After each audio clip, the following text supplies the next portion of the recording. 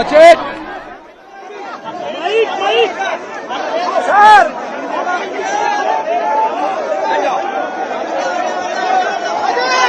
उधर जाना यार। देखिए, हिंदुस्तान की डेमोक्रेसी की हालत देखिए।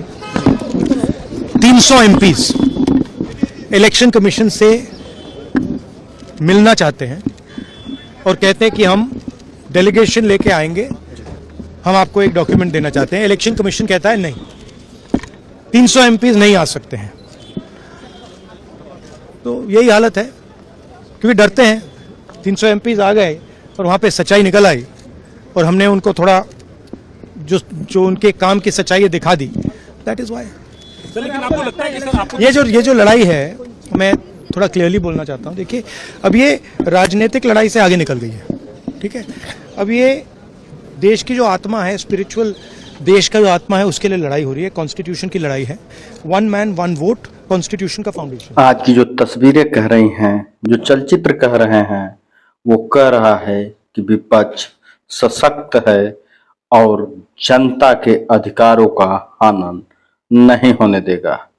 सरकारों की मनमानी नहीं चलेगी। डॉक्टर राम मनोहर लोहिया ने कहा था कि जब सड़कें सूनी होती हैं तो संसद आवारा हो जाती है। जब विपक्ष कमजोर होगा, जब विपक्ष संघर्ष नहीं करेगा, जब विपक्ष अपने कर्तव्यों से विमुख होगा, तब सरकारें तानाशाही होंगी, अपने मन का करेंगी और जो चाहेंगी वो करेंगी। जो कहेंगी वही संविधान होगा, जो कहेंगी वही नियम होंगे।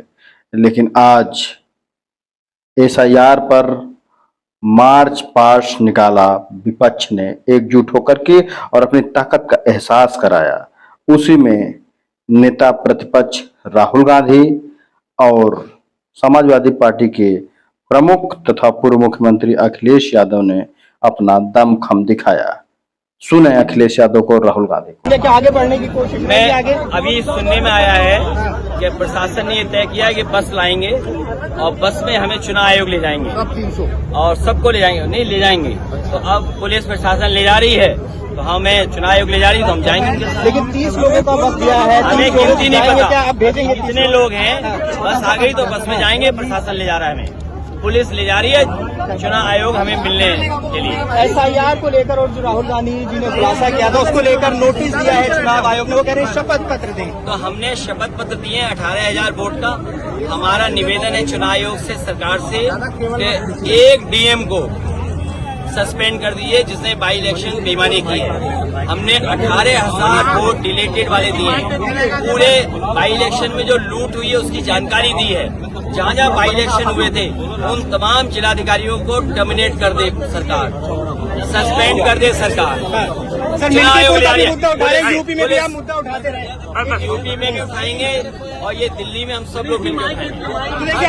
अखिलेश यादव ने वोट में हुई धांधली, जो बाई इलेक्शन हुए, अयोध्या में हुए या उत्तर प्रदेश में जहां जहां हुए, वहां पर साक्ष्य जुटाए और 18,000 से अधिक वोटर लिस्ट से गायब करने की बात कही और उसको पूर्व में ही वो शपथ पत्र, हलफनामा दे करके हस्ताक्षर सहित ये मांग की थी कि इसकी जांच हो। लेकिन चुनाव आयोग अभी तक नहीं जवाब दे पाया। जैसा कि आइए सुनते हैं इसी मुद्दे पर राहुल गांधी जी की बात, जो भारत के नेता विपक्ष हैं। देखिए, हिंदुस्तान की डेमोक्रेसी की हालत देखिए। 300 एमपीज इलेक्शन कमीशन से मिलना चाहते हैं और कहते हैं कि हम डेलीगेशन लेके आएंगे, हम आपको एक डॉक्यूमेंट देना चाहते हैं। इलेक्शन कमीशन कहता है नहीं, 300 एमपीज नहीं आ सकते हैं। तो यही हालत है, क्योंकि डरते हैं। 300 एमपीज आ गए और वहां पे सच्चाई निकल आई और हमने उनको थोड़ा जो उनके काम की सच्चाई दिखा दी। That is why.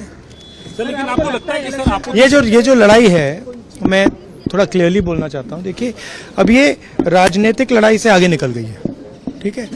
अब ये देश की जो आत्मा है, स्पिरिचुअल देश का जो आत्मा है, उसके लिए लड़ाई हो रही है। कॉन्स्टिट्यूशन की लड़ाई है। 1 मैन 1 वोट, कॉन्स्टिट्यूशन का फाउंडेशन है। 1 मैन 1 वोट के बिना कॉन्स्टिट्यूशन का कोई मतलब नहीं है। और हमने क्लियरली दिखाया है कर्नाटक में कि वन मैन वन वोट नहीं है। Multiple man multiple vote, one man multiple vote, सारा कुछ चल रहा है। ठीक है, तो ये अब लड़ाई पूरी की पूरी ऑपोजिशन लड़ रही है और हिंदुस्तान के जो युवा हैं उनको ये बात समझ आ गई है। तो अब इलेक्शन कमीशन को छुपना काफी मुश्किल हो जाएगा। वो आपको कहता है कि आप नोटिस का जवाब आप नहीं देंगे, एफिडेविट। अरे भाई, उन्हीं का डेटा है, वो अपने वेबसाइट से वही डेटा निकाल दें। मेरा डेटा थोड़ी है कि मैं साइन करूं, उनका डेटा है। आप उठाइए अपना डेटा, हमने आपको ही दिया है, आप उसको अपने वेबसाइट में लगा दीजिए, पता लग जाएगा आपको। मतलब डिस्ट्रैक्ट करने का काम है। ठीक है, और एक और बात, आप ये मत सोचिए कि सिर्फ बेंगलोर में हुआ है ये देश में अलग अलग कंस्टिट्यूएंसीज में हुआ है और इलेक्शन कमीशन जानता है। इलेक्शन कमीशन जानता है कि वो उसका जो डेटा है वो फटेगा। जो उसको अभी वो कंट्रोल करने की कोशिश कर रहा है, छुपाने की कोशिश कर रहा है, उसको हम निकाल देंगे। ठीक है, और वो फटेगा, वो जानता है। Thank you.